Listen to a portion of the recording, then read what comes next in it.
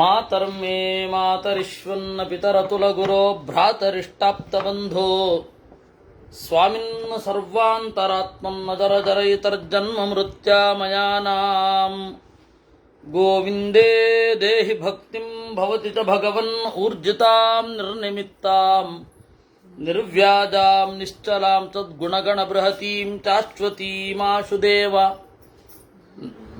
ನಾರಾಯಣಂ ನಮಸ್ಕೃತ್ಯ ನರಂ ಚೈವ ನರೋತ್ತಮಂ ದೇವೀಂ ಸರಸ್ವತೀಂ ವ್ಯಾಸಂ ತತೋ ಜಯಮುದೀರಯೇ ವಿಜಾನತಾಂ ಅವಿತ್ತಸ್ಯ ಮಧ್ವಸ್ಯ ಜಗತೀ ಗುರೋಃ ಪೂರ್ವಾಚಾರ್ಯಮಹಿಷ್ಠಾನಾಮಿಯಂ ಪ್ರಣತಿಮಾಲಿಕಾ ಪೂರ್ಣಜ್ಞಾನಾಯ ವಿದ್ಮಹೇ ಪೂರ್ಣಾನಂದಾಯ ಧೀಮಹಿ ತನ್ನೋ ವ್ಯಾಸ ಪ್ರಚೋದಯಾತ್. ಇವತ್ತು ನಾನು ಮಹಾಭಾರತ ಚಿಂತನೆಯನ್ನು ಮಾಡಿದ ಮೇಲೆ ಇನ್ನು 20ನೇ ತಾರೀಕಿನ ತನಕ ಇರೋದಿಲ್ಲ. 20ನೇ ತಾರೀಕು ಸಂಜೆ ನಾನು ಕಲ್ಲಹಳ್ಳಿಯಲ್ಲಿ ಇರ್ತೇನೆ. ಅಲ್ಲಿಂದ ಮಹಾಭಾರತದ ಚಿಂತನೆ ಮತ್ತೆ ಶುರು ಆಗುತ್ತೆ. 20ನೇ ತಾರೀಕು ನಂತರ ಇಲ್ಲ 20ನೇ ತಾರೀಕು ಹಾಗೆ ಶುರು ಆಗುತ್ತೆ.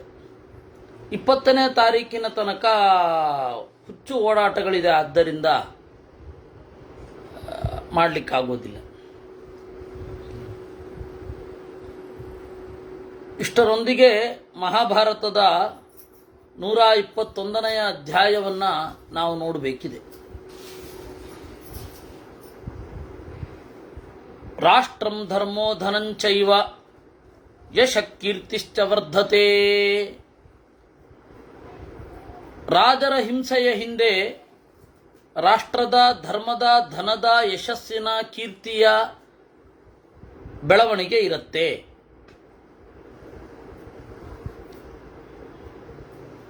ನೃಪಾಣಾಂ ಪೂರ್ವಮೇವಾಯಂ ಧರ್ಮೋ ಧರ್ಮಭೃತಾಂವರ. ರಾಜರ ಧರ್ಮ ಏನು ಅಂತಂದ್ರೆ ಬ್ರಾಹ್ಮಣ ಪಾಲನ. ಇವತ್ತಿನ ಪರಿಭಾಷೆಯಲ್ಲಿ ಬ್ರಾಹ್ಮಣ ಅಂತ ಹೇಳಿ ಈಗ ಏನು ಇವರು ಕ್ಯಾಸ್ಟಿನ ರೀತಿಯಲ್ಲಿ ಬಿಂಬಿಸ್ತಾ ಇದ್ದಾರೆ, ಹಾಗಿರಲಿಲ್ಲ. ಅವಾಗ ಆ ಕಾಲದಲ್ಲಿ ಬ್ರಾಹ್ಮಣರು ಅಂತಂದ್ರೆ ನಿಜವಾಗಿಯೂ ಕೂಡ ಯಾವುದನ್ನು ಮುಟ್ಟದೆ,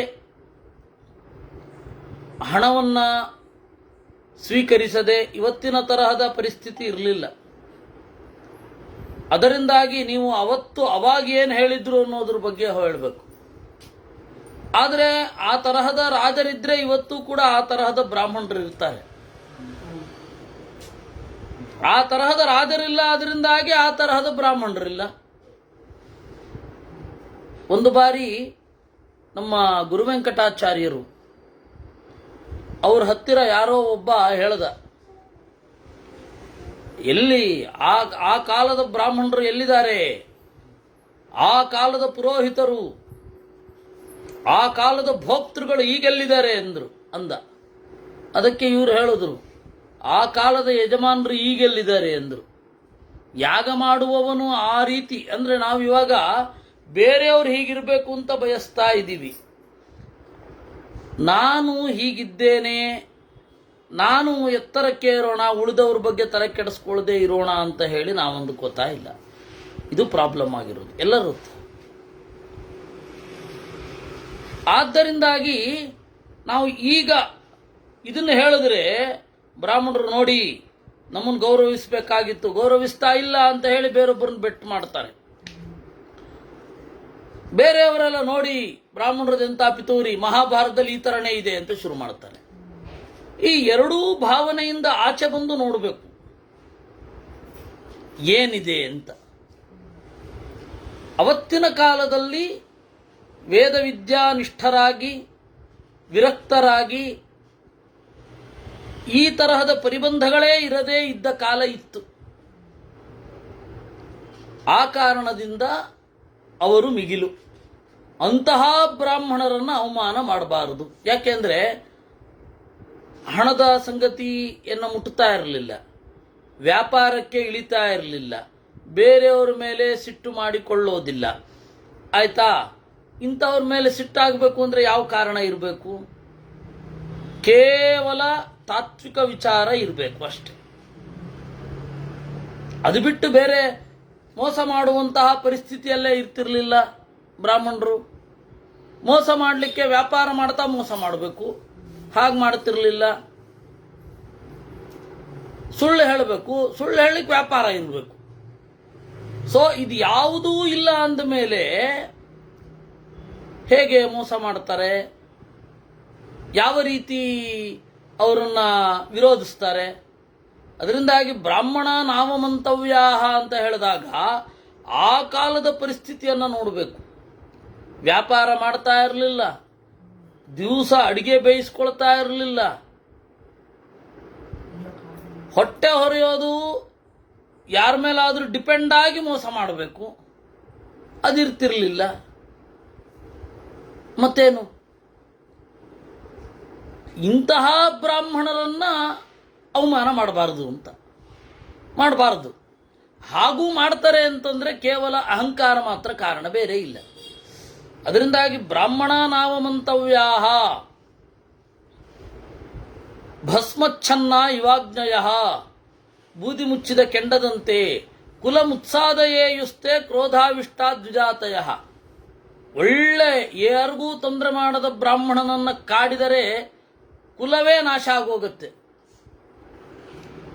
ಸುಮ್ಮನೆ ದ್ವೇಷ ಮಾಡಿದವರನ್ನ ನೀವು ನೋಡಿ, ಇತಿಹಾಸವನ್ನು ನೋಡಿ, ಸುಮ್ಮನೆ ದ್ವೇಷ ಮಾಡಿದವರು ಬಹಳ ಕಷ್ಟವನ್ನೇ ಇವತ್ತಿಗೂ ಅನುಭವಿಸ್ತಾ ಇದ್ದಾರೆ. ಈಗ ಫಲ ನೀಡಿದೆ, ಈಗ ಫಲ ನೀಡಿಲ್ಲ ಅನ್ನೋದು ಮುಖ್ಯ ಅಲ್ಲ. ಕೆಲವು ದಿವಸಗಳು ಕಳೀಬೇಕು, ಏನಾಗತ್ತೆ ಅದು ಅಂತ. ಧ್ಮಾಯಮಾನೋ ಯಥಾ ಯಜ್ಞಿ ನಿರ್ದಹೇತ್ ಸರ್ವಮಿಂಧನಂ. ಚೆನ್ನಾಗಿ ಊದಿದಾಗೆ ಬೆಂಕಿ ಉರಿಯುತ್ತೆ. ಆ ರೀತಿ ಸಿಟ್ಟಿನ ಬೆಂಕಿ ಉರಿದ್ರೆ, ಜ್ಞಾನದಲ್ಲಿಯೇ ನಿಷ್ಠರಾದವರ ಸಿಟ್ಟಿನ ಬೆಂಕಿ ಉರಿದ್ರೆ ಏನು ಮಾಡುತ್ತದು? ಎಲ್ಲವನ್ನ ನಾಶ ಮಾಡುತ್ತೆ. ಅದರಿಂದ ಬ್ರಾಹ್ಮಣರು ಸಿಟ್ಟಾದರೆ ಕ್ಷತ್ರಿಯರು ರಾಜ್ಯವನ್ನು ಭೋಗಿಸ್ಲಿಕ್ಕಾಗಲ್ಲ. ವಾತಾಪಿ, ನಹುಷ ಮೊದಲಾದವರೆಲ್ಲ ಬ್ರಾಹ್ಮಣರನ್ನ ಮೋಹದಿಂದ ಅವಮಾನಿಸಿ ನಾಶ ಹೊಂದಿದ್ರು. ಪರಿಭೂಯ ದ್ವಿಜಾನ್ಮೋಹಾತ್ ವಾತಾಪಿ ನಹುಚಾದಯ ಸಬಂಧು ಮಿತ್ರ ನಷ್ಟಾಸ್ತೆ ದಗ್ಧ ಬ್ರಾಹ್ಮಣ ಮನ್ಯುಭಿ. ಅದರಿಂದ ವಾತಾಪಿ ನಹುಚಾದಯ, ವಾತಾಪಿ ನಹುಚ ಮೊದಲಾದವರೆಲ್ಲ ಸುಮ್ಮನಿದ್ದ ಬ್ರಾಹ್ಮಣರನ್ನು ಕೆಣಕಿ ಯಾವ ಅಧಪ್ಪತನವನ್ನು ಹೊಂದಿದ್ರು ಅಂತ ನೋಡಿದ್ದೇವೆ. ವಾತಾಪಿ ಸತ್ತು ಹೋದ, ನಹುಷ ಹಾವಾದ. ಶರೀರಂ ಚಾಪಿ ಶಕ್ರಸ್ಯ ಕೃತಂ ಭಗ ನಿರಂತರಂ. ಇಂದ್ರ ಅವನ ಭೋಗ ಸಾಮಗ್ರಿಯೇ ಬಿದ್ದೋಯ್ತು, ವೃಷಣ ಬಿದ್ದು ಹೋಯಿತು. ಗೌತಮರ ಶಾಪ. ತಚ್ಚರೀರಂತು ಚಕ್ರಸ್ಯ ಸಹಸ್ರಭಗ ಚಿಹ್ನಿತಂ ಕೃತಂ ನೇತ್ರ ಸಹಸ್ರೇಣ ಕ್ಷಣೇನೈವ ನಿರಂತರಂ. ಮೈಯೆಲ್ಲ ಕಣ್ಣು, 1000 ಕಣ್ಣು ಅಂತಾದ್ರೆ ಗತಿಯೇನು? ಮೈ ತುಂಬ ಸೂಕ್ಷ್ಮ ಭಾಗ ಆಗಿ ಹೋಯಿತು. ಚಿತ್ವಾಮೇಶಸ್ಯ ವೃಷಣೌ ಗೌತಮೇನ ಅಭಿಮಂತ್ರಿತವು. ಆಮೇಲೆ ಆಡಿನ ವೃಷಣವನ್ನು ಕತ್ತರಿಸಿ ಅವನಿಗೆ ಜೋಡಿಸಿದ್ದಂತೆ. ಅದಕ್ಕೆ ಇಂದ್ರನಿಗೆ ವೇದದಲ್ಲಿ ಒಂದು ಹೆಸರುಂಟು, ಮೇಷವೃಷಣ ಅಂತ. ವಾಸ್ತವಿಕವಾಗಿ ಇಲ್ಲಿ ಇಂದ್ರನನ್ನು ತೆಗೆದುಕೊಳ್ಳೋದಿಲ್ಲ, ಇದರ ಅರ್ಥವನ್ನು ಮಾತ್ರ ಗ್ರಹಿಸಬೇಕು. ಏನು? ಬ್ರಾಹ್ಮಣರನ್ನು ಸುಮ್ಮನೆ ಕಾಡಬಾರದು. ದೇವತೆಗಳನ್ನು ಅದೇವರನ್ನಾಗಿ ಮಾಡಬಹುದು, ದೇವತೆಗಳನ್ನು ಅದೇವತೆಗಳನ್ನು ದೇವತೆಗಳಾಗಿ ಮಾಡಬಹುದು. ಈ ಹಿನ್ನೆಲೆಯಿಂದ ಬ್ರಾಹ್ಮಣರನ್ನು ಗೌರವಿಸಬೇಕು. ಯಾವ ಬ್ರಾಹ್ಮಣರು ಅಂತ ಹೇಳಿಯಾಗಿದೆ. ಈಗ ಜಾತಿಯಿಂದ ನೋಡಿ ಬ್ರಾಹ್ಮಣರು ಅಂತ ಹೇಳಲಿಕ್ಕೆ ಬರಲ್ಲ. ಆ ಥರದ ಪರಿಸ್ಥಿತಿಯಲ್ಲಿದೆ. ಅವರು ವೇದ ವಿದ್ಯಾರತರಾಗಿ ಸಮಾಜದಲ್ಲಿ ಬದುಕುವಾಗ ಯಾರಿಗೂ ಹೆಚ್ಚು ತೊಂದರೆಗಳನ್ನು ಮಾಡದೆ, ಹೆಚ್ಚು ಅಪರಾಧಗಳನ್ನು ಮಾಡದೆ, ಆರ್ಜವದಿಂದ ಇದ್ದ ಬ್ರಾಹ್ಮಣರನ್ನು ಕಾಡಿದ್ರೆ ಇವತ್ತಿಗೂ ಸಮಸ್ಯೆ ಇರುವುದೇ. ಯಾವುದೇ ವ್ಯಕ್ತಿಯನ್ನಾಗಲಿ, ಅವರೊಬ್ಬರು ಅಂತಲ್ಲ, ಆದರೆ ವಿಚೇತತಃ ಬ್ರಾಹ್ಮಣರು. ಯಾಕೆಂದ್ರೆ ಜ್ಞಾನಕ್ಕೆ ತೊಂದರೆ ಬಂದರೆ ದೇವರು ಸಹಿಸೋದಿಲ್ಲ. ಇಷ್ಟು ಇದ್ದದ್ದು. ಆದರೆ ನೀವು ನೋಡಿದಾಗ ಉಪನಿಷತ್ತು ಇಡೀ ಬ್ರಾಹ್ಮಣ ಹಾಗೂ ಕ್ಷತ್ರಿಯರ ಸಂಘರ್ಷದಿಂದ ಬಂದದ್ದು ಅಂತಲೇ ಬಹಳ ಜನ ಹೇಳಿಬಿಡ್ತಾರೆ. ಇಂಗ್ಲಿಷಿನಲ್ಲಿ ಬರೆಯುವವರಿಗೆ ಅವರು ಕಂಡದ್ದೇ ಹಾಗೆ. ನೋಡಿ, ಬ್ರಾಹ್ಮಣರಿಗೂ ಕ್ಷತ್ರಿಯರಿಗೂ ಸಂಘರ್ಷ ಇತ್ತು. ಹೌದು, ಒಂದು ಕಾಲದಲ್ಲಿ ಇತ್ತು. ಆದರೆ ಆ ಒಂದು ಕಾಲ ಅಂತನ್ನೋದು ಉಳಿದ ಕಾಲಕ್ಕೆ ಹೋಲಿಸಿದರೆ 10ನೇ ಒಂದು ಭಾಗ. ಹೌದು, ಇರಲಿಲ್ಲ ಅಂತ ಇಲ್ಲ. ಪರಶುರಾಮನ ಕಾಲದಲ್ಲಿ ಕ್ಷತ್ರಿಯರು ಬ್ರಾಹ್ಮಣರನ್ನ ನಾಶ ಮಾಡಲಿಕ್ಕೆ ಶುರು ಮಾಡಿದಾಗಲೇನೆ ಅವರನ್ನ ಕೊಂದದ್ದು. ಔರವನ ಕಾಲದಲ್ಲಿ ಗರ್ಭಿಣಿ ಹೆಣ್ಣುಮಗಳನ್ನು ಬಿಡಲಿಲ್ಲ ಕ್ಷತ್ರಿಯರು. ನೀವು ಆ ಕಥೆಯನ್ನು ಕೇಳಿದ್ರೆ ಮಹಾಭಾರತದ ಆದಿಪರ್ವದಲ್ಲಿ ಬರೋದು ರೋಮಾಂಚನ ಆಗೋಗತ್ತೆ. ಯಾವ ಪರಿಸ್ಥಿತಿ ಇತ್ತು ಅಂತ. ಗರ್ಭಿಣಿ ಹೆಣ್ಣು ಮಗಳಿದ್ದಾಳೆ, ತನ್ನ ಗರ್ಭವನ್ನ ರಕ್ಷಣೆ ಮಾಡಿಟ್ಕೊಂಡಿದ್ದಾಳೆ, ಇನ್ನೊಬ್ಳು ಹಚ್ಕೊಟ್ಬಿಟ್ಲು. ಇಲ್ಲ, ಇಲ್ಲೊಬ್ಳು ಬ್ರಾಹ್ಮಣ ಹೆಣ್ಣಿದ್ದಾಳೆ ಅಂತ ಎಲ್ಲರೂ ಆಯುಧ ಹಿಡಿದು ಆ ಹೆಣ್ಣಿನ ಸುತ್ತ ಇನ್ನೇನು ಕೊಲ್ಲಲಿಕ್ಕೆ ನಿಂತುಬಿಟ್ಟಿದ್ದಾರೆ. ಆಗ ಗರ್ಭದಿಂದ ತೊಡೆ ಸೀಳಿ ಆ ಮಗು ಹೊರಗಡೆ ಬಂತು. ಊರುವಿನಿಂದ ಆಗಿದ್ದು, ಆದ್ದರಿಂದ ಔರ್ವ ಅಂತ ಹೆಸರು. ವಿಶ್ವಾಮಿತ್ರ ಪರಾಶರೌರ್ವ ಭೃಗವೋ ಔರ್ವ, ಊರುವಿನಿಂದ ಬಂದದ್ದು ಅಂತ. ಎಂತೆಂಥ ಪರಿಸ್ಥಿತಿಗಳನ್ನು ದಾಟಿದ್ದಾರೆ. ನಾನು ಮತ್ತೆ ಅರ್ಥರ್ ಕಾರನ್ ಡಯಲ್ನ ಮಾತನ್ನು ನೆನಪಿಸಬೇಕು. Nothing is new under the rays of sun. ಸೂರ್ಯನ ಕೆಳಗಡೆ ಯಾವುದೂ ಹೊಸದಲ್ಲ. ಇದೆಲ್ಲ ಆಗ್ತಾನೇ ಇರುತ್ತೆ. ಅದರಿಂದಾಗಿ ನಾವು ಸಮಾಜದ ಪರಿಸ್ಥಿತಿ ಅದನ್ನು ಸುಧಾರಿಸಲಿಕ್ಕೆ ಪ್ರಯತ್ನ ಪಡಬೇಕು ಅನ್ನೋದು ಸತ್ಯ. ಆದರೆ ಅದರ ಜೊತೆಗೆ ನಾವು ಕೂಡ ಬೆಳೆಯೋದನ್ನು ಕಡೆಗಣಿಸಬಾರದು. ಯಾಕೆಂದ್ರೆ ನಾವು ಚೆನ್ನಾಗಿ ಬೆಳೆಯೋದು ಏನಿದೆ ಅದರಿಂದಾಗಿ ನಮ್ಮ ಪರಿಸರ, ನಾವು ಒಳಗಡೆಯಿಂದ ಬೆಳೀತಾ ಇದ್ರೆ ನಮ್ಮ ಪರಿಸರವೂ ಬೆಳೆಯುತ್ತೆ. ನಾವು ಬೇರೆಯವರನ್ನೇ ಉದ್ಧಾರ ಮಾಡಬೇಕು ಅಂತ ಹೇಳಿ ನಮ್ಮ ಉದ್ಧಾರವೇ ನಮಗೆ ಪರಿಗಣನೆ ನಾವುಗೆ ಬರದೇ ಹೋದರೆ ಆಗಲ್ಲ.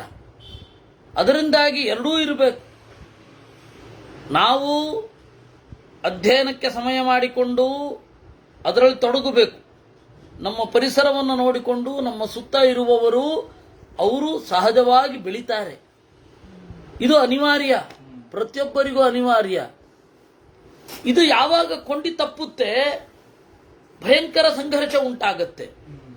ಆದ್ದರಿಂದಾಗಿ ಕ್ಷತ್ರಿಯರು ಒಂದು ಕಾಲದಲ್ಲಿ ಬ್ರಾಹ್ಮಣರನ್ನ ತುಳಿದದ್ದು ಹೌದು. ಆದರೆ ಕೂಡಲೇ ತಿದ್ದುಕೊಂಡು ಮತ್ತೆ ಒಟ್ಟಾಗಿ ಮುಂದುವರೆದರು. ಉಪನಿಷತ್ತಿನಲ್ಲಿ ಕ್ಷತ್ರಿಯ ರಾಜರು ಬ್ರಾಹ್ಮಣರಿಗೆ ಉಪದೇಶ ಮಾಡೋದು ಹೌದು.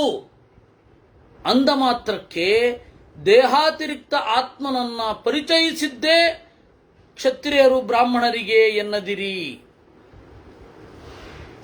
ಅದೊಂದು ವಾದ ಉಂಟು. ನೀವು ಮ್ಯಾಕ್ಸ್ ಮುಲ್ಲರ್ ಆಗಿರಬಹುದು,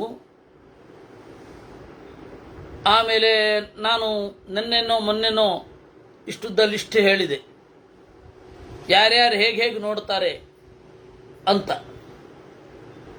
ಸುನೀತಿ ಕುಮಾರ ಚಟ್ಟೋಪಾಧ್ಯಾಯ, ದೇವಿ ಪ್ರಸಾದ ಮುಖರ್ಜಿ, ಮೈಕಲ್ ಮಧುಸೂದನ ದತ್ತ, ಡಿ ಕೋಸಾಂಬಿ, ದಾಮೋದರ ಧರ್ಮಾನಂದ ಕೋಸಾಂಬಿ, ರಾಹುಲ ಸಾಂಕೃತ್ಯಾಯನ ಆಯ್ತೆ. ಇವರೆಲ್ಲರೂ ಕೂಡ ಉಪನಿಷತ್ತು ಅಂದ್ರೆ ಏನು, ಬ್ರಾಹ್ಮಣ ಹಾಗೂ ಕ್ಷತ್ರಿಯರ ಸಂಘರ್ಷ ಅಂದ್ಬಿಟ್ರು.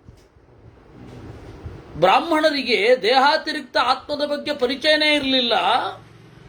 ದೇಹಾತಿರಿಕ್ತ ಆತ್ಮ ಇದೆ, ಪುನರ್ಜನ್ಮ ಇದೆ ಅಂತ ಬ್ರಾಹ್ಮಣರಿಗೆ ಕನ್ವಿನ್ಸ್ ಮಾಡಿದ್ದೇ ಕ್ಷತ್ರಿಯರು ಅಂದ್ಬಿಟ್ರು. ಸರಿ, ಹಾಗಾದ್ರೂ ತಿಳ್ಕೊಳ್ಳಿ, ಇವತ್ತು ಬ್ರಾಹ್ಮಣರನ್ನೆಲ್ಲ ಬೈಬೇಕಾಗಿರೋದು, ಕ್ಷತ್ರಿಯರನ್ನ. ಈ ರೀತಿ ವಾದಗಳು. ಅದಕ್ಕೆ ಹೇಳಿದ್ರು, ಹೌದು, ಒಂದು ಕಾಲದಲ್ಲಿ ಸಂಘರ್ಷ ಆಗಿದ್ದ ಹೌದು. ಬ್ರಾಹ್ಮಣನೊಂದಿಗೆ ಬೇರೆ ಬೇರೆ ಜನಾಂಗಗಳು ಬೇರೆ ಬೇರೆ ಕಾಲದಲ್ಲಿ ಸಂಘರ್ಷವನ್ನು ಮಾಡಿವೆ. ತಪ್ಪು ತಿಳುವಳಿಕೆಯಿಂದ ಆಗಿರಬಹುದು, ಪರಸ್ಪರ ತಪ್ಪು ತಿಳುವಳಿಕೆಯಿಂದ ಆಗಿರಬಹುದು, ಯಾವುದೋ ಒಂದು ಕಡೆಯ ಲೋಭದಿಂದ ಆಗಿರಬಹುದು, ಎಲ್ಲ ಆಗತ್ತೆ. ಆದರೆ ಅದು ಕಾಲದಲ್ಲಿ ವಾಸಿಯಾಗಿ ಮತ್ತೆ ಸರಿ ಹೋಗಿ ಮತ್ತೆ ವಾಸಿಯಾಗಿ ಮತ್ತೆ ಉಲ್ಬಣಗೊಂಡು ಗಾಯ ನಡೀತಾನೇ ಇರುತ್ತೆ. ಅದರಿಂದಾಗಿ ಇತಿಹಾಸ ಅಂತನ್ನೋದು ನಾವು ಪಾಠ ಕಲೀಲಿಕ್ಕಿರಬೇಕೇ ವಿನಃ ಇನ್ನೊಬ್ಬರನ್ನ ಟಾರ್ಗೆಟ್ ಮಾಡಿ ಅವರ ಬಗ್ಗೆ ದ್ವೇಷ ಹಚ್ಚುವ ಹಾಗೆ ಇರಬಾರದು. ಈ ಲೆಫ್ಟಿಸ್ಟ್ ಇತಿಹಾಸಗಳೆಲ್ಲ ನಿತ್ಯ ಮೌಲ್ಯಗಳನ್ನ ಚಿಂತನೆ ಮಾಡುವುದಲ್ಲ, ವರ್ತಮಾನದ ಲಾಭಕ್ಕಾಗಿ ಇದೆ. ಇದು ಸಮಸ್ಯೆ. ದೃಶ್ಯತೆ ನ ಲೋಕೇಸ್ಮಿನ್. ಆದ್ದರಿಂದಾಗಿ ಜ್ಞಾನಿಗಳಾದವರಿಗೆ ಸಿಟ್ಟು ಮಾಡಬಾರದು. ಜ್ಞಾನಿಗಳಾದವರನ್ನು ಕುರಿತು ಸಿಟ್ಟು ಮಾಡಿದರೆ ಜ್ಞಾನ ಒಲಿಯೋಲ್ಲ. ಜ್ಞಾನಿಗಳನ್ನು ತಪ್ಪು ತಿಳಿದುಕೊಂಡ್ರೆ ಜ್ಞಾನ ಒಲಿಯೋಲ್ಲ. ಮತ್ತೆ ಅಜ್ಞಾನದಿಂದಲೇ ದುಃಖ, ಅಜ್ಞಾನದಿಂದಲೇ ಪಾಪ, ಅಜ್ಞಾನದಿಂದಲೇ ಪಾಪ. ದೃಶ್ಯತೆ ನ ಚ ಲೋಕೇಸ್ಮಿನ್ ಭೂತೋ ವಾಥ ಭವಿಷ್ಯತಿ. ಕ್ರುದ್ಧೇಷು ಯೋ ವೈ ವಿಪ್ರೇಷು ರಾಜ್ಯಂ ಭುಂಕ್ತೆ ನರಾಧಿಪಃ. ಅರಿವು ನೀಡುವ ಮಂದಿ ಕ್ರುದ್ಧರಾದರೆ ರಾಜರು ಹೇಗೆ ರಾಜ್ಯಭಾರ ಮಾಡಿ ಯಾರು? ಜ್ಞಾನಿಗಳನ್ನು ತಮಾಷೆ ಮಾಡದಿರಿ, ಬೈಯದಿರಿ. ಜ್ಞಾನಿಗಳು ಹೌದಾ ಅಲ್ವಾ ಅಂತ ಬೇಕಾದ್ರೆ ಪರೀಕ್ಷೆ ಮಾಡಿ, ಅಪಹಾಸ್ಯ ಮಾಡದಿರಿ. ಹೆಂಗೆ ಗೊತ್ತಾಗತ್ತೆ ಜ್ಞಾನಿಗಳು ಹೌದಾ ಅಲ್ವಾ ಅಂತ? ಅದಕ್ಕೂ ಒಂದು ತಾಳ್ಮೆ ಬೇಕಾಗತ್ತೆ, ಅದಕ್ಕೂ ಒಂದು ತಾಳ್ಮೆ ಬೇಕಾಗತ್ತೆ. ಸಂಸ್ಕೃತದಲ್ಲಿ ಯಾರೋ ಒಬ್ಬ ಅನ್ಲಿಕ್ಕೆ ಪುಲ್ಲಿಂಗದಲ್ಲಿ ಕಶ್ಚಿತ್ ಅಂತಾರೆ. ಏನಂತಾರೆ? ಕಶ್ಚಿತ್. ಕಶ್ಚಿತ್ ಕಾಂತ ಅನ್ನಂತೊಬ್ಬ. ಕಾಳಿದಾಸ ನೋಡಿ ಕಾಚಿತ್ ಕಾಂತ ಅನ್ಬೇಕಿತ್ತು, ಕಶ್ಚಿತ್ ಕಾಂತ. ಅಲ್ಲಿ ಕಶ್ಚಿತ್ ಕಾಂತ ವಿರಹ ಗುರುಣ ಸ್ವಾಧಿಕಾರಾತ್ ಪ್ರಮತ್ತ ಅಂತ ಮುಂದೆ ಇರೋದು. ತುಂಡು ಓದಿನ ಸಮಸ್ಯೆ ಇವೆಲ್ಲ. ಈ ತರಹ ತುಂಡು ಓದು ಮಾಡಿಕೊಂಡು ಎಲ್ಲವನ್ನ ಆಕ್ರಮಿಸೋದು. ಹೀಗೆ ಬಸವನೆಂದರೆ ಪಾಪ. ಏನಿದು? ಸುಟ್ಟು ಹೋಗುವುದು ಬೇಗ ಅಂತ ಮುಂದೆ ಇರೋದು. ದೆಸೆಗೆಟ್ಟು ಓಡುವುದು. ಅಷ್ಟೇ ನೋಡಿದ್ರೆ ನೀವು ಏನರ್ಥ ಆಗತ್ತೆ? ಆ ರೀತಿ ನಮ್ಮ ಜನ ಇವತ್ತಿರೋದು. ಯಾವಾಗ ಜ್ಞಾನಿಗಳನ್ನ ನಾವು ತಮಾಷೆ ಮಾಡ್ತೇವೆ, ಜ್ಞಾನ ಬರೋದು ಹೇಗೆ? ಜ್ಞಾನವನ್ನು ಕೊಡುವ ಪ್ರತಿಯೊಬ್ಬ ದೇವತೆಗಳನ್ನು ನಾವು ತಮಾಷೆ ಮಾಡದೆ ಬಿಟ್ಟಿಲ್ಲ. ಯಮ, ಇಂದ್ರ ಎಲ್ಲರನ್ನು. ಮತ್ತೆ ಕೆಲವೊಮ್ಮೆ ಹೋಲ್ಸೇಲ್ ಆಗಿ ದೇವತೆಗಳನ್ನು ತಮಾಷೆ ಮಾಡಿಬಿಟ್ಟಿದ್ದೀವಿ. ಅದೇನು ಅನ್ನೋದೇ ಗೊತ್ತಾಗೋದಿಲ್ಲ. ಆದ್ದರಿಂದ ಬ್ರಾಹ್ಮಣರನ್ನೇ ಅಪಹಾಸ ಮಾಡಬಾರದು ಅಂದ್ರೆ ಇನ್ನವ್ರನ್ನ. ಸಂಪ್ರಹಾಸಶ್ಚ ಭೃತ್ಯೇಷು ನ ಕರ್ತವ್ಯೋ ನರಾಧಿಪೈಹಿ. ರಾಜರಾದವರು ಭೃತ್ಯರಲ್ಲಿ ತಮಾಷೆ ಮಾಡಲಿಕ್ಕಿಲ್ಲ. ಯಾಕೆಂದ್ರೆ ಸದರ ಆಗತ್ತೆ. ಲಘುತ್ವಂ ಚೈವ ಪ್ರಾಪ್ನೋತಿ ಆಜ್ಞಾ ಚಾಸ್ಯ ನಿವರ್ತತೆ ಅಯಾಚ್ಯಾನಿ ಚ ಯಾಚಂತಿ ಅವಕ್ತವ್ಯಂ ಬ್ರುವಂತಿ ಚ. ರಾಜನಾದವನು ಸಾಮಾನ್ಯನಂತೆ ಅಂತಾದರೆ ಕೇಳಬಾರದ್ದನ್ನು ಕೇಳ್ತಾರೆ, ಆಡಬಾರದ್ದನ್ನು ಆಡ್ತಾರೆ, ಅವನ ಆಜ್ಞೆಗಳನ್ನು ಧಿಕ್ಕರಿಸ್ತಾರೆ. ಅದರಿಂದಾಗಿ ರಾಜ ಗೌರವ ಮೂಡುವಂತೆ ಇರಬೇಕು, ಬಿಗಿಯಾಗಿರಬೇಕು.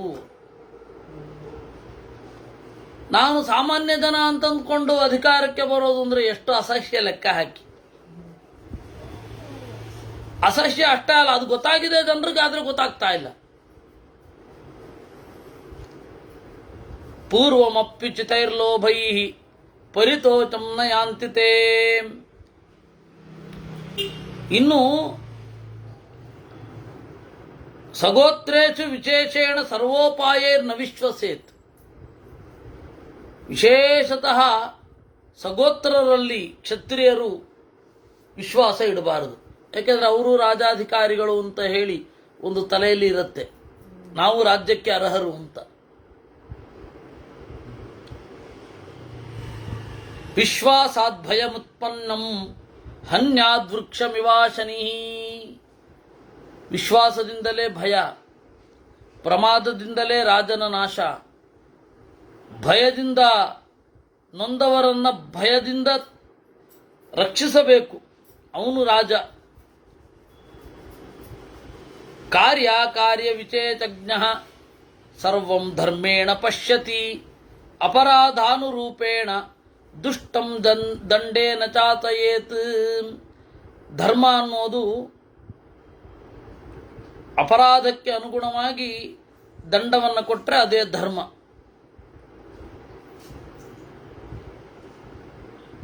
ಎಲ್ಲಿ ದಂಡ ಕೊಡಬೇಕೋ ಅಲ್ಲಿ ದಂಡವನ್ನು ಕೊಡಬೇಕು, ಎಲ್ಲಿ ದಂಡವನ್ನು ಕೊಡಬಾರದೋ ಅಲ್ಲಿ ದಂಡವನ್ನು ಕೊಡಬಾರದು. ಯಾರು ವಿದ್ಯೆಯನ್ನ ಹೇಳಿಕೊಡ್ತಾರೆ, ಯಾರು ಪೂರ್ವ ಉಪಕಾರಿಗಳು, ಹೆಣ್ಣು ಮಕ್ಕಳು, ಇವರನ್ನ ಕೊಲ್ಲಬಾರದು ರಾಜನಾದವನು. ಧರಣೀಂ ಗಾಂ ಹಿರಣ್ಯಂ ಚ ಸಿದ್ಧಾನ್ನಂಚ ತಿಲಾನ್ಘೃತಂ. ಭೂಮಿಯನ್ನ, ಹಸುವನ್ನ, ಬಂಗಾರವನ್ನ, ಸಿದ್ಧವಾದ ಅನ್ನವನ್ನ, ಎಳ್ಳು, ತುಪ್ಪ ಇವುಗಳನ್ನು ನಿತ್ಯವೂ ದಾನ ಮಾಡ್ತಾ ಇರಬೇಕು. ಇಂತಹ ರಾಜ ಉಪಯುಂಜನ್ಯ ಪ್ರಜಾ ರಾಜಾನ ರಕ್ಷತಿ. ಷಡ್ಭಾಗಮುಪಯುಂಜನ್, ಪ್ರತಿಯೊಬ್ಬರ ಆದಾಯದ 1/6 ಅವನಿಗೆ ಹೋಗಬೇಕು. ಅದು ರಾಜನಿಗೆ ಇರಬೇಕಾದದ್ದು. ಈಗ ಎಷ್ಟು ಹೋಗುತ್ತೆ? ಬಹಳ ಹೋಗುತ್ತೆ ಕಾಣುತ್ತೆ. ಷಡ್ಭಾಗ ಅಂತ ಅವಾಗೆಲ್ಲ ಹೌದು, 33. ಅವಾಗ 1/6 ಭಾಗ ಅಷ್ಟು ಮಾತ್ರ ಹೋಗಲಿಕ್ಕೆ. ಪರರ ಅದೇ ಆವಾಗ ಆಗತ್ತೆ. ಆಗ ಅವನು ತನ್ನ ಕರವನ್ನು ಸ್ವೀಕಾರ ಮಾಡಿದ್ದಕ್ಕೆ ತಕ್ಕ ರಕ್ಷಣೆಯನ್ನು ಮಾಡದೆ ಹೋದರೆ ಅವನು ಬೀಳ್ತಾನೆ. ರಾಜ ಯಾವತ್ತೂ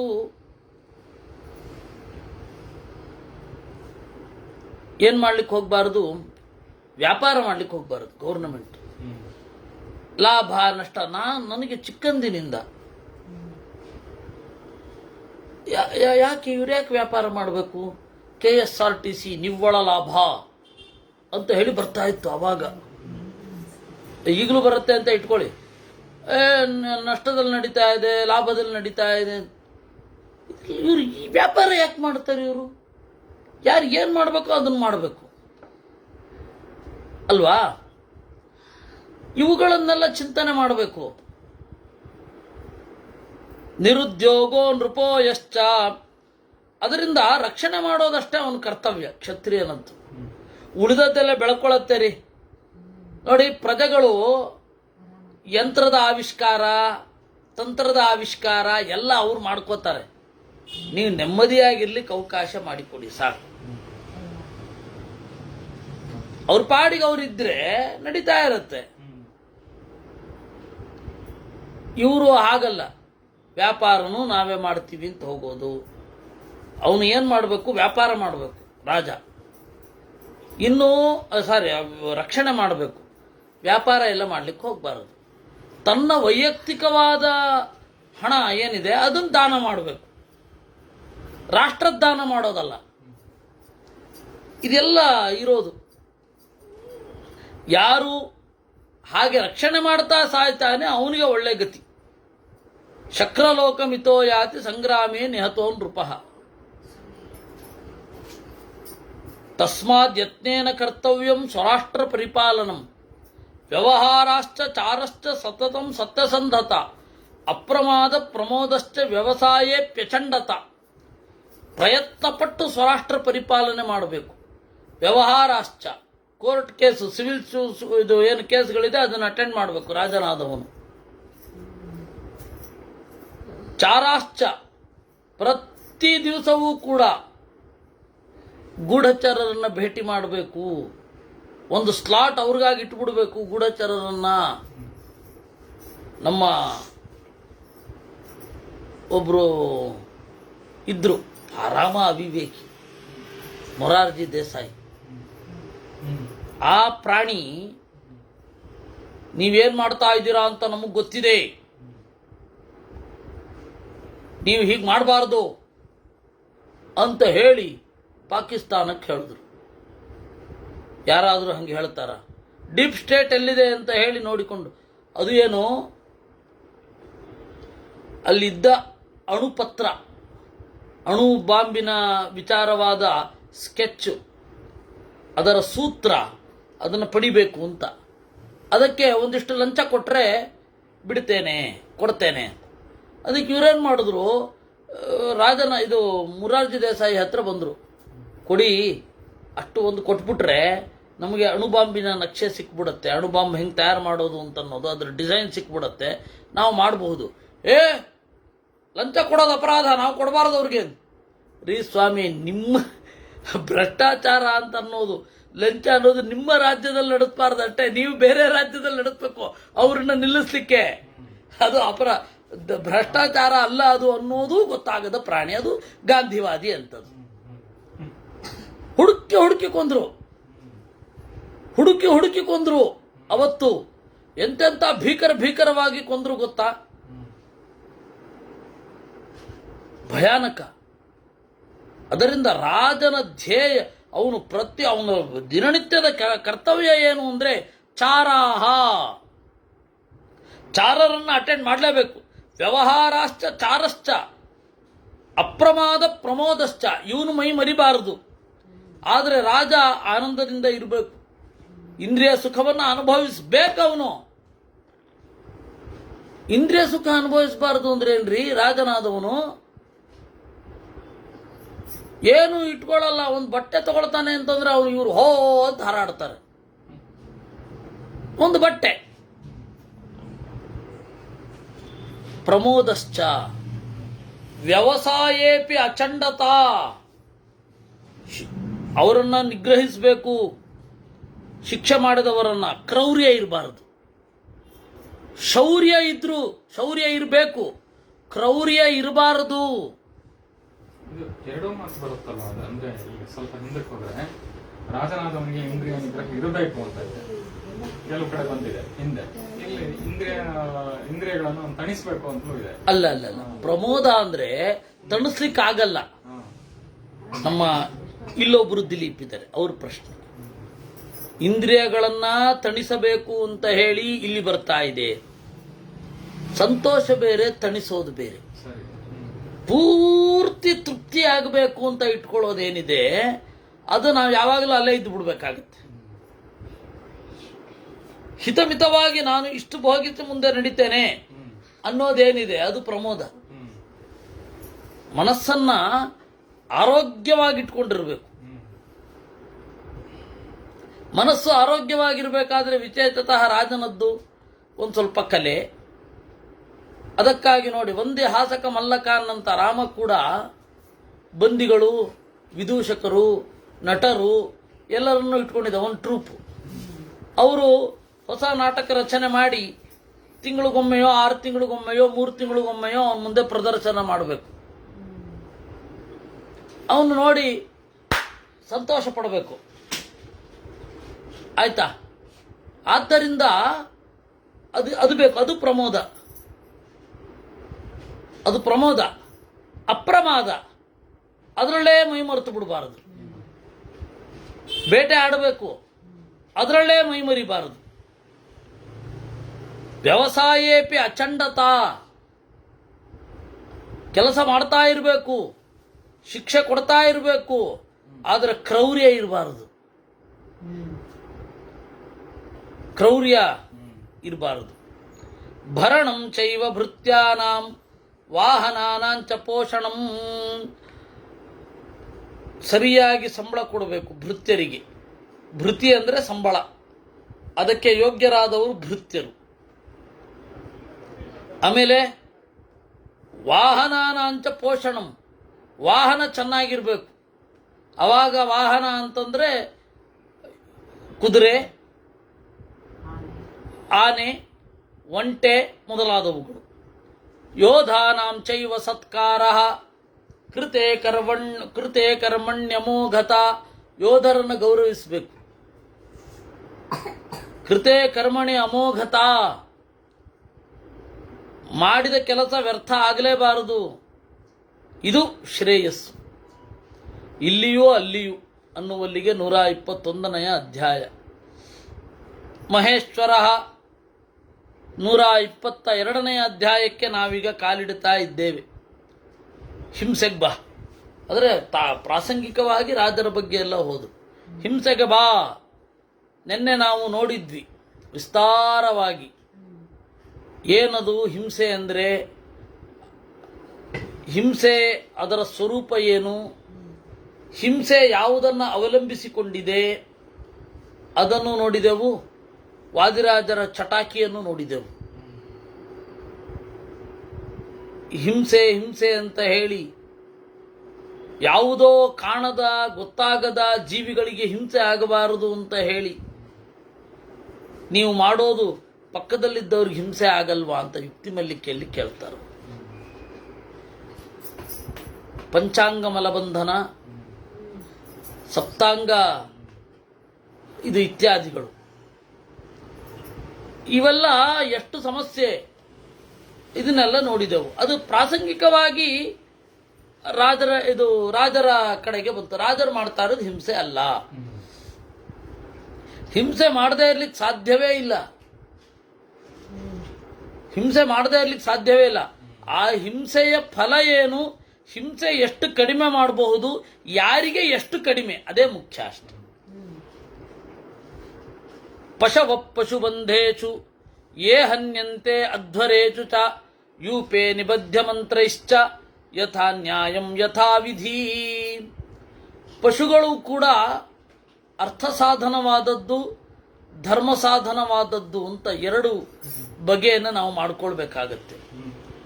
ಧರ್ಮ ಸಾಧನ ಯಾವ ರೀತಿ ಆಗತ್ತೆ ಅನ್ನೋದು ನೋಡಬೇಕಾಗತ್ತೆ. ಕೆಲವೊಂದನ್ನ ಕೊಲ್ಲದೆ ಹೋದ್ರೆ ಧರ್ಮ ಸಾಧನ, ಕೆಲವೊಂದನ್ನ ಕೊಂದ್ರೆ ಧರ್ಮ ಸಾಧನ. ಪಶವ ಪಶುಬಂಧೇಶು, ಪಶುಗಳನ್ನ ಕೊಲ್ಲಬೇಕು. ಕ್ಷತ್ರಿಯರಿಗೆ ವಿಹಿತ, ಅದು ಬ್ರಾಹ್ಮಣರಿಗಲ್ಲ, ಕ್ಷತ್ರಿಯರಿಗೆ ವಿಹಿತ. ಯೂಪೇ ನಿಬದ್ಧ ಮಂತ್ರೈಶ್ಚ, ಯೂಪದಲ್ಲಿ, ಯೂಪ ಅಂದರೆ ಬಲಿಗಂಬ, ಬಲಿಗಂಬದಲ್ಲಿ ಕಟ್ಟಿ ಹಾಕಿ ಅದನ್ನು ಕತ್ತರಿಸೋದೇನಿದೆ ಅವು ಸ್ವರ್ಗಕ್ಕೆ ಸಾಗುತ್ತವೆ. ನಮ್ಮನ್ನು ತಮಾಷೆ ಮಾಡಬೇಡಿ ನೀವು. ಅಂದರೆ ಹೀಗೆ ಹೇಳುವ ಪ್ರಾಚೀನ ಭಾರತದ ಕ್ಷತ್ರಿಯರಿಗೆ ಈ ರೀತಿ ಯಜ್ಞ ವಿಹಿತ ಅಂತನ್ನುವ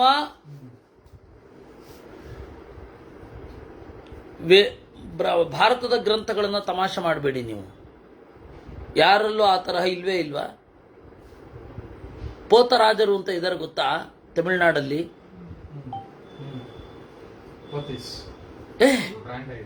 ಅದು ಬ್ರಾಂಡೆಡ್ ರೀ. ಪೋತರಾಜರು ಭಯಾನಕ. ಅದು ಜೀವಂತವಾಗಿ ಹಲ್ಲಿನಿಂದ ಹರಿದು ಕತ್ತನ್ನು ಮುರಿದು ಅದನ್ನು ಹಾಗೆ ಕೊಲ್ತಾರೆ. ಅವರ ನಂಬಿಕೆ ಜಾನಪದ ನಂಬಿಕೆ ಅಂತ ಗೌರವಿಸ್ತೀರ. ಬಿಸ್ಮಿಲ್ಲಾ ಮಾಡಬೇಕು ಅಂತ ಅನ್ನೋದನ್ನು ಗೌರವಿಸ್ತೀರ. ಇದನ್ನ ಯಾಕೆ ನೀವು ಒಪ್ಪಬಾರದು? ಹಲಾಲ್ ದೇವರಿಗೆ ನೈವೇದ್ಯ ಅಂತ ಅವರು ಅದನ್ನ ಒಪ್ತಾರೆ. ಇದನ್ನ ಹೇಳಿದ್ರೆ ತಮಾಷೆ ಮಾಡ್ತಾರೆ. ನೀವು ಇದನ್ನೆಲ್ಲ ಒಪ್ತೀರಾ ಅಂದ್ರೆ ಅದನ್ನು ಒಪ್ಪಬೇಕು. ಮುಸಲ್ಮಾನರ ಹಲಾಲ್ ಬಗ್ಗೆ ನಮ್ಗೆ ಗೊತ್ತಿರಲಿಲ್ಲ. ಅವಾಗ ಕೆಲವು ವರ್ಷಗಳ ಹಿಂದೆ ನಮ್ಮೆಲ್ಲ ವಿದ್ವಾಂಸರು ಇದನ್ನು ಕೂಡಿಸ್ಲಿಕ್ಕೆ ಕಷ್ಟಪಡ್ತಾ ಇದ್ರು. ಚಾರ್ವಾಕರು ನಮಗೆ ತಮಾಷೆ ಕೂಡ ಮಾಡ್ತಾರೆ. ಸ್ವರ್ಗದಲ್ಲಿ ಇದು ಯಜ್ಞದಲ್ಲಿ ನಾಶವಾದ ಪಶುವಿಗೆ ಮೋಕ್ಷ ಆಗತ್ತೆ ಅಂತ ಆದರೆ ನಿಮ್ಮ ಅಪ್ಪನನ್ನೇ ಕೊಂದು ಬಿಡ್ಬೋದಲ್ಲಪ್ಪ ಅಂತಾರೆ. ಯಜಮಾನ ಪಿತಾ ಅಕಸ್ಮಾತ್ ಸ್ವರ್ಗಾಯನ ಹಿನೇಶ್ಯತೆ. ಯಜಮಾನನ ತಂದೆಯನ್ನೇ ಕೊಂದು ಬಿಡ್ಬೋದಿತ್ತು, ಸ್ವರ್ಗಕ್ಕಲ್ವ ಹೋಗೋದು? ಅದಕ್ಕೆ ನಮ್ಮ ಉತ್ತರ ಉಂಟು. ಯಜಮಾನನ ತಂದೆ ಅಷ್ಟೊತ್ತು ಇರೋದೇ ಇಲ್ಲ. ಫಸ್ಟ್ ಆಫ್ ಆಲ್ ಹೊರಟೋಗಿರ್ತಾನವನು ವಾನಪ್ರಸ್ಥನಾಗಲಿಕ್ಕೆ. ಇಲ್ಲಿದ್ರೆ ತಾನೇ ನೀವು ಆ ಪ್ರಶ್ನೆ ಮಾಡೋದು. ಹೊರಟೇ ಹೋಗಿರ್ತಿದ್ದ ಆವಾಗ. ಹೋಗಿಲ್ಲ ಅಂತ ಇಟ್ಕೊಳ್ಳಿ. ಧರ್ಮ, ಅರ್ಥ, ಕಾಮ, ಮೋಕ್ಷ ಈ ನಾಲ್ಕರಲ್ಲಿ ಯಾವಾಗ ಬೇಕಾದರೂ ಮನುಷ್ಯನಲ್ಲಿ ಪರಿವರ್ತನೆಯಾಗಿ ಎತ್ತರಕ್ಕೆ ಏರಿ ಅವುಗಳನ್ನು ಹೊಂದಬಹುದು. ಆ ಸಾಧ್ಯತೆಗಳಿದೆ ಮನುಷ್ಯನಿಗೆ. ಏನು ಮಾಡಿದ್ರೂ ಪ್ರಾಣಿಗಳಿಗೆ ಆ ಸಾಧ್ಯತೆ ಇಲ್ಲ. ಆ ಪಾಸಿಬಿಲಿಟಿಯೇ ಇಲ್ಲ. ಅಂದ ಮೇಲೆ ಈ ಪ್ರಶ್ನೆಯೇ ಬರಲ್ಲ. ಇದನ್ನೆಲ್ಲ ಗಮನದಲ್ಲಿಟ್ಕೊಳ್ಬೇಕು. ಧರ್ಮ ಸಾಧನ ಆದರೆ ಏನಾಗಬೇಕು? ಪಂಚನಖಾ ಭಕ್ಷ್ಯಾಹ ಬ್ರಹ್ಮಕ್ಷತ್ರೇಣ ರಾಘವ ಅಂತ ಭಾಗವತದಲ್ಲಿ, ವಾಲ್ಮೀಕಿ ರಾಮಾಯಣದಲ್ಲಿ ಅದೆಲ್ಲ ಕಡೆ ಇದೆ, ಹೆಚ್ಚು ಕಡಿಮೆ ಇದೆ. ಅವು ಅವಾಗೆ ಎಲ್ಲ ಆ ಪ್ರಾಣಿಯ ದೇಹ ರಚನೆ ಇತ್ಯಾದಿಗಳು. ಕೆಲವರೆಲ್ಲ ಹೇಳೋದುಂಟು, ಗಜೋ ನೈವ ವೃಕೋ ನೈವ ವ್ಯಾಘ್ರೋ ನೈವಚ ಅಜಾಪುತ್ರಂ ಬಲಿಂ ದದ್ಯಾ ದೇವೋ ದುರ್ಬಲ ಘಾತಕಃ ಅಂತ ಒಬ್ಬ ಸುಭಾಷಿತಕಾರ ತಮಾಷೆ ಮಾಡಿದ್ದಾನೆ. ಹುಲಿಯನ್ನ ಕೊಡ್ಲಿಕ್ಕಿಲ್ಲ ಬಲಿ, ಆನೆಯನ್ನ ಕೊಡ್ಲಿಕ್ಕಿಲ್ಲ ಬಲಿ, ಪಾಪದ ಪ್ರಾಣಿಗಳನ್ನ ಕೊಡ್ತೀರಾ? ಹೌದ್ರಿ, ಅದನ್ನು ಕೊಡ್ತಾ ಇದ್ವಿ. ಏನು ಮಾಡೋದು? ಯಾವ ಉದ್ದೇಶದಿಂದ ಕೊಡ್ತೇವೋ ಅದರ ಮಾಂಸವನ್ನ ಹಾಗೆ ತಗೊಳ್ಳಿಕ್ಕಾಗಲ್ಲ. ಹಾಗೆ ಇದೆಲ್ಲ ಸಮಸ್ಯೆಗಳಿದೆ. ಅದರಿಂದ ಡೀಟೇಲ್ ಆಗಿ ಹೋಗಬೇಕು ನಾವು ಒಂದನ್ನು ನೋಡುವಾಗ. ಈ ತರಹದ ಕಾಂಪ್ಲಿಕೇಶನ್ ಇದೆ ಅಂತ ಹೇಳಿ ಮಹಾಭಾರತ ಓದೋದೇ ಬಿಟ್ಬಿಟ್ರೆ, ಅಥವಾ ಮಹಾಭಾರತದಲ್ಲಿರೋದು ಇಲ್ಲ ಇದೆಲ್ಲ ಇಲ್ವೇ ಇಲ್ಲ ಅಂದ್ಬಿಟ್ರೆ ಎಲ್ಲ ಓವರ್.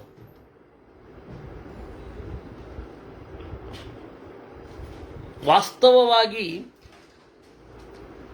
ನಮ್ಮ ಆತ್ಮಕೂರು ಆನಂದ ತೀರ್ಥಾಚಾರ್ಯರು ಅಂತ ವ್ಯಾಕರಣ ಚೆನ್ನಾಗಿ ಬರ್ತಾ ಇತ್ತು ಅವ್ರಿಗೆ. ವ್ಯಾಕರಣ ಚೆನ್ನಾಗಿ ಬರ್ತಾ ಇತ್ತು. ಆದರೆ ಈ ತರಹ ಚಿಕಿತ್ಸಕ ದೃಷ್ಟಿಯಿಂದ ಅವರೇನು ನೋಡಲಿಲ್ಲ. ಅವರೊಂದು ಪುಸ್ತಕ ಬರೆದರು, ಶ್ರೌತ ಯಜ್ಞ ಮೀಮಾಂಸಾ ಅಂತನೋ ಶ್ರೌತ ಬಲಿ ಮೀಮಾಂಸಾ ಅಂತನೋ ಏನೋ ಪುಸ್ತಕ. ಅದರಲ್ಲಿ ಮಧ್ವರ ಆಶಯಕ್ಕೆ ವಿರುದ್ಧವಾಗಿ ಯಾರು ಮಾಂಸ ತಿಂತಾ ಇರಲಿಲ್ಲ ಅಂತ ನೋಡ್ರಿ. ಆಚಾರ್ಯರು ಸ್ಪಷ್ಟವಾಗಿ ಏಕಾದಶ ಸ್ಕಂಧದಲ್ಲಿ ಹೇಳಿದ್ದಾರೆ, ಕ್ಷತ್ರಿಯರಿಗೆ ಮಾಂಸಭಕ್ಷಣ ವಿಹಿತ. ವೈದಿಕ ಕ್ರಿಯೆಯನ್ನು ಮಾಡಿಕೊಂಡು ಮಾಂಸಭಕ್ಷಣಕ್ಕೆ ಅವರಿಗೆ ಪರ್ಮಿಷನ್ ಇದೆ ಕ್ಷತ್ರಿಯರಿಗೆ. ಬ್ರಾಹ್ಮಣರಿಗಿಲ್ಲ ಅಷ್ಟೇ. ಬ್ರಾಹ್ಮಣರು ಯಾಗ ಮಾಡ್ಬೇಕಾದ್ರೆ ಮಾಂಸ ಮಾಡಬಾರ್ದು. ಆಹಾರ ಪದ್ಧತಿ ಬೇರೆ ಬೇರೆ ಇದೆ. ಅವರವರ ಆಹಾರ ಪದ್ಧತಿಯನ್ನ ಬೈಯುವಂತೆ ಯಾವುದೂ ಇಲ್ಲ. ಮಾಂಸಾಹಾರಿಗಳು ಕೀಳು ಅಂತ ನಾವ್ಯಾವತ್ತೂ ಹೇಳಲಿಲ್ಲ. ಸಸ್ಯಾಹಾರಿಗಳು ಮೇಲು ಅಂತ ಹೇಳಿ ಯಾರು ಹೇಳಲೂಬಾರದು, ಹೇಳಲೂ ಇಲ್ಲ. ನಾವು ತಿನ್ನಲ್ಲ ಅಂತ ಅಷ್ಟೇ ಹೇಳ್ತಾ ಇರೋದು. ಅದರ ಅರ್ಥ ನೀವು ತಿನ್ನಬೇಡಿ ಅಂತಲ್ಲ. ಇದು ಯಾವುದೂ ಅರ್ಥ ಮಾಡಿಕೊಳ್ಳದೆ ನಮ್ಮವುಗಳು ಕೂಡ ಭಾರಿ ಏನೋ ಮಹಾಭಾರತದಲ್ಲಿ ನಿಮಗೆ ಮಾಂಸ ಇದೆ ಅಂತ ಅಂದ್ಬಿಟ್ರೆ ಇಲ್ವೇ ಇಲ್ಲ. ರಾಮ ಮಾಂಸ ತಿಂದ ಅಂದ್ರೆ ಇಲ್ವೇ ಇಲ್ಲ. ಮಾಂಸ ತಿನ್ನುವವನಾದರೂ ಬ್ರಾಹ್ಮಣರು ಪೂಜೆ ಮಾಡ್ತಾ ಇದ್ದೀವಿ. ಮಾಂಸ ತಿನ್ನಲ್ಲ ಅಂತ ಪೂಜೆ ಮಾಡೋದಲ್ಲ, ಮಾಂಸ ತಿಂತಾನೆ ಅಂತ ಪೂಜೆ ಮಾಡದೇ ಇರೋದು ಅಲ್ಲ. ಅವನ ಗುಣಗಳಿಗೆ ನಾವು ಪೂಜೆ ಮಾಡೋದು. ಈ ಕಾಮನ್ ಸೆನ್ಸೇ ಇಲ್ಲ, ಇಬ್ರಿಗೂ ಇಲ್ಲ. ನಾವು ಪೂಜೆ ಮಾಡುವ ರಾಮ ಮಾಂಸ ತಿನ್ನಲ್ಲ ಅಂತ ಈ ಸಾಂಪ್ರದಾಯಿಕರು ಹೇಳ್ತಾರೆ. ನೀವು ಅದು ಹೇಗೆ ಮಾಂಸ ತಿನ್ನುವವನನ್ನು ಪೂಜೆ ಮಾಡ್ತೀರಾ ಅಂತ ಅವ್ರು ಹೇಳ್ತಾರೆ. ಇಬ್ಬರೂ ಪೆದ್ದ ಪಟಿಂಗರು, ಇಬ್ರಿಗೂ ಪೆಕ್ರಗಳು. ಅವ್ರು ಅರ್ಥವೇ ಆಗಿಲ್ಲ ಅವ್ರಿಗೆ. ಮಾಂಸ ತಿನ್ನಲ್ಲ ಅಂತ ಪೂಜೆ ಮಾಡೋದಲ್ಲ, ಮಾಂಸ ತಿಂತಾನೆ ಅಂತ ಪೂಜೆ ಮಾಡದೇ ಇರೋದು ಅಲ್ಲ. ಯಾಕೆಂದ್ರೆ ಅದೇ ದೇವನೇ ಸರ್ವಭಕ್ಷಕ ಅಂತ ಹೇಳುವವರು ನಾವು. ಅಂದಮೇಲೆ ಏನು ಸಮಸ್ಯೆ? ಅವನು ತಿಂದ್ರೆಷ್ಟು ಬಿಟ್ರೆಷ್ಟು. ಅವನು ತಿಂದ್ರು ಬಿಟ್ಟರು ಅವನ ನಡೆ ಹೇಗಾಗಿದೆ ಅನ್ನೋದು ನೋಡಿ. ಆ ತಿಂದ ಆಹಾರದಿಂದ ಅವನು ಏನು ಮಾಡಿದ ಅಂತ ಅನ್ನೋದನ್ನು ನೋಡಿ.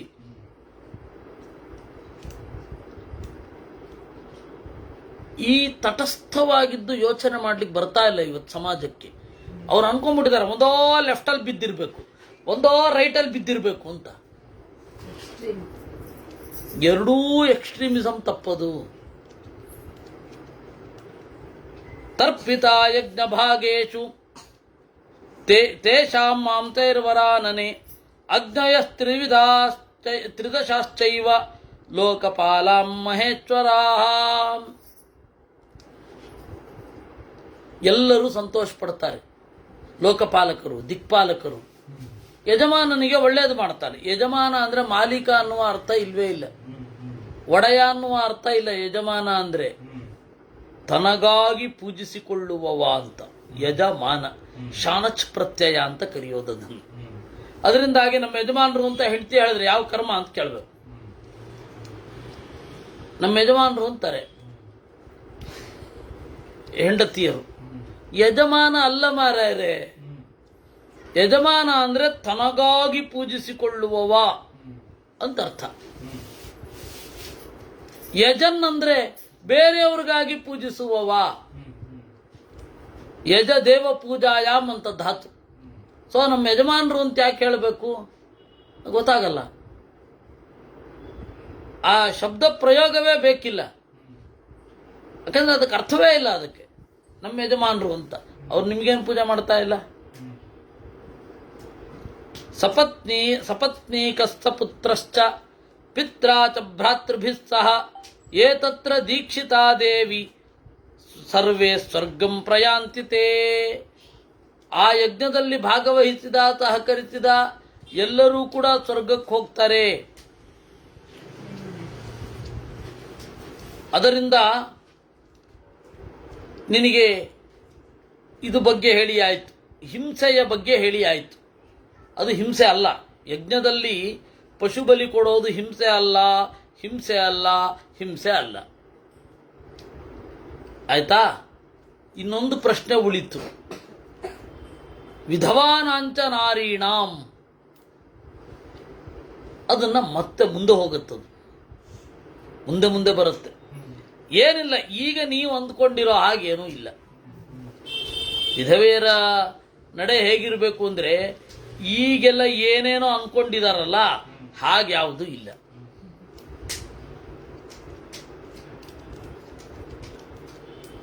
ಆದರೆ ಇದೇ ಹೌದು, ವಿದುರನಿಗೆ ಯಾವ ನಿಯಮ ಇದೆ ವಿಧವೆಗೂ ಅದೇ ನಿಯಮ ಇದೆ. ಇದನ್ನ ನೆನ್ಪಿಟ್ಕೊಳ್ಳಿ. ಇವತ್ತು ಒಂದು ತಪ್ಪಿನಿಂದಾಗಿ ಒಬ್ಬ ವಿಧುರ ಬಂದ ಅಂದ್ರೆ ಅವನ ಕೈನಲ್ಲಿ ಯಜ್ಞಕ್ಕೆ ಅಭಿಮಂತ್ರಿತವಾದ ಕಾಯನ್ನ, ಪೂರ್ಣಾಹುತಿಗೆ ಅಭಿಮಂತ್ರಿತವಾದ ಕಾಯನ್ನ ಮುಟ್ಟಿಸ್ತಾರೆ. ಅದೇ ಒಬ್ಬ ವಿಧವೆಗೆ ಮುಟ್ಸಲ್ಲ. ಅಲ್ಲಿ ಏನು ಡಿಫ್ರೆನ್ಸು ಅಂತ.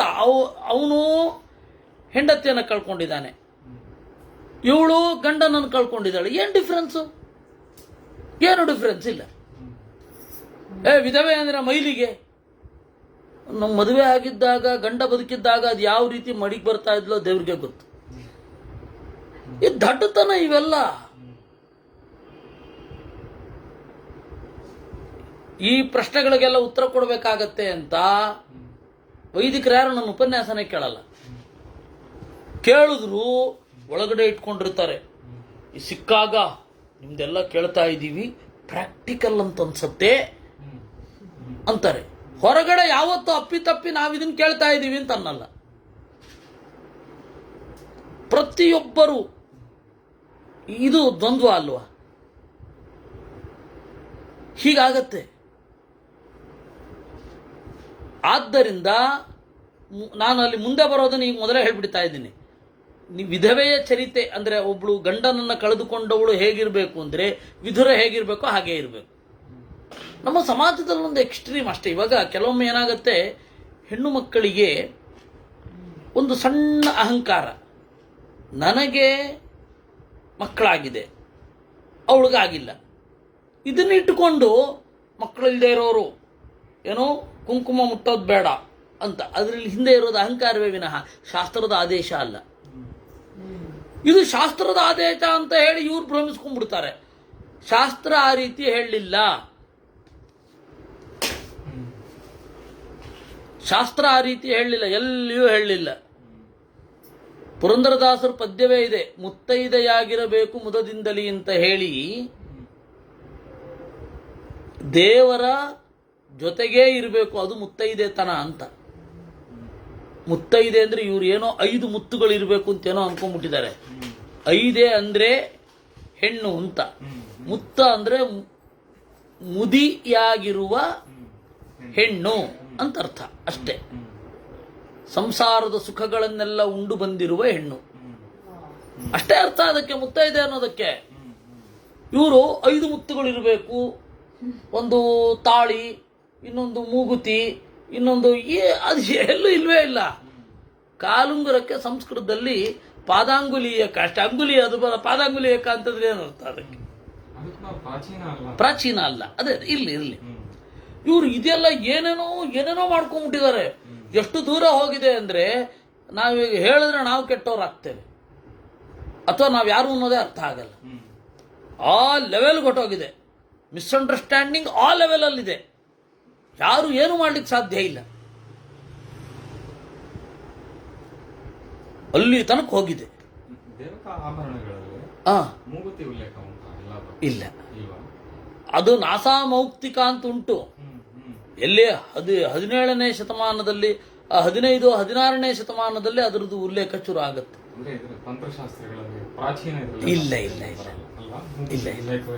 ಇಲ್ಲ.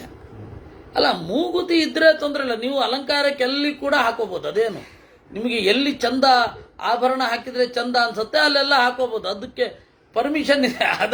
ಅದು ಶಾಸ್ತ್ರ ಅದನ್ನೆಲ್ಲ ಹೇಳಲ್ಲ. ನೀವು ಆಭರಣ ಹಾಕೊಳ್ಳೇಬೇಕು ಅಂತ ಶಾಸ್ತ್ರ ಹೇಳುತ್ತಾ? ಹಾಕೊಳ್ಳೋದಾದ್ರೆ ಚೆನ್ನಾಗಿರ್ಲಿ ಅಂತ ಅನ್ನತ್ತೆ ಅಷ್ಟೇ. ಅಲ್ಲ, ಶಾಸ್ತ್ರ ಅಲ್ಲ, ಅದೇಪ್ಪ. ಈಗ ನಾನು ಹೇಳೋದು, ಶಾಸ್ತ್ರ ಆಭರಣ ಹಾಕೊಳ್ಳಿ ಅಂತ ಹೇಳ್ಬೇಕಾ? ಆಭರಣ ಹಾಕೊಳ್ಳಿ ಚಂದ ಕಾಣ್ತೀರಾ ಅಂತ ಹೇಳ್ಬೇಕಾ?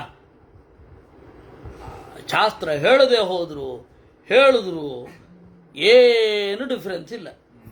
ಶಾಸ್ತ್ರ ಇದೆಲ್ಲ ಸಣ್ಣ ಸಣ್ಣ ಕೆಲಸಗಳನ್ನೆಲ್ಲ, ಶಾಸ್ತ್ರಕ್ಕೆ ಬೇರೆ ಕೆಲಸ ಉಂಟು ಮಾರ್ಯಾರೆ. ನೀವು ಅಂದ್ಕೊಳ್ಳೋ ಹಾಗೆ ಅದು ಹೆಸರು ಬೇಳೆ ಕೋತಂಬರಿ ಮೊದಲು ಹಾಕಬೇಕೋ, ಕಡಲೆ ಬೇಳೆ ಕೋತಂಬರಿ ಮೊದಲು ಹಾಕಬೇಕೋ, ಇವರು ಮೂಗುತಿ ಹಾಕ್ಕೋಬೇಕೋ, ಇದಕ್ಕೆಲ್ಲ ಇಲ್ಲ ಮಾರ್ಯಾರ. ಅದು ಬೇರೆ ಕೆಲಸ ಉಂಟದಕ್ಕೆ. ನಿಮ್ಮ ಸಣ್ಣ ಸಣ್ಣ ತನಗಳು ಇಷ್ಟು ಚಿಕ್ಕದಕ್ಕೆಲ್ಲ ಇಲ್ಲ. ಅದು ಯಾವುದೂ ಇಲ್ಲ. ನೀವು ಎಲ್ಲಿ ನೋಡಿದ್ರೂ ಇಲ್ಲ. ನಿಮಗೆ ಇಲ್ಲಿ ಚಂದ ಕಂಡಿತು ಅಂದರೆ ಹಾಕ್ಕೊಡ್ಬೇಕಷ್ಟೆ. ಅದಕ್ಕೆ ಶಾಸ್ತ್ರ ಯಾಕೆ ಹೇಳ್ಬೇಕು? ಅದಕ್ಕೆ ಬಹಳ ಜನ ಅಲ್ಲೇನು ಹೇಳಿದೆ ಇಲ್ಲೇನು ಹೇಳಿದೆ, ಎಲ್ಲೂ ಏನು ಹೇಳಿಲ್ಲ. ಅದನ್ನ ಅಲ್ಲಿ ಮುಂದೆ ಹೇಳ್ತಾರೆ. ಆಮೇಲೆ ಇವಳು ಮತ್ತೆ ಗೃಹಸ್ಥರ ಬಗ್ಗೆ ಕೇಳ್ತಾಳೆ. ಆಯ್ತಾ? ಅದನ್ನ ನಾವು 20ನೇ ತಾರೀಕು ನೋಡೋಣ. ಅಲ್ಲಿಯ ತನಕ 5 ದಿವಸದ ವಿಯೋಗ, 16, 17, 18, 19, 4 ದಿವಸದ ವಿಯೋಗ, ಚತುರ್ವಿಯೋಗ. ವಿರಾಮ ಅಂತೀವಿ. ವಿರಾಮ ಅಲ್ಲ, ವಿಯೋಗ. ಸರಿ, ಕೃಷ್ಣಾರ್ಪಣ.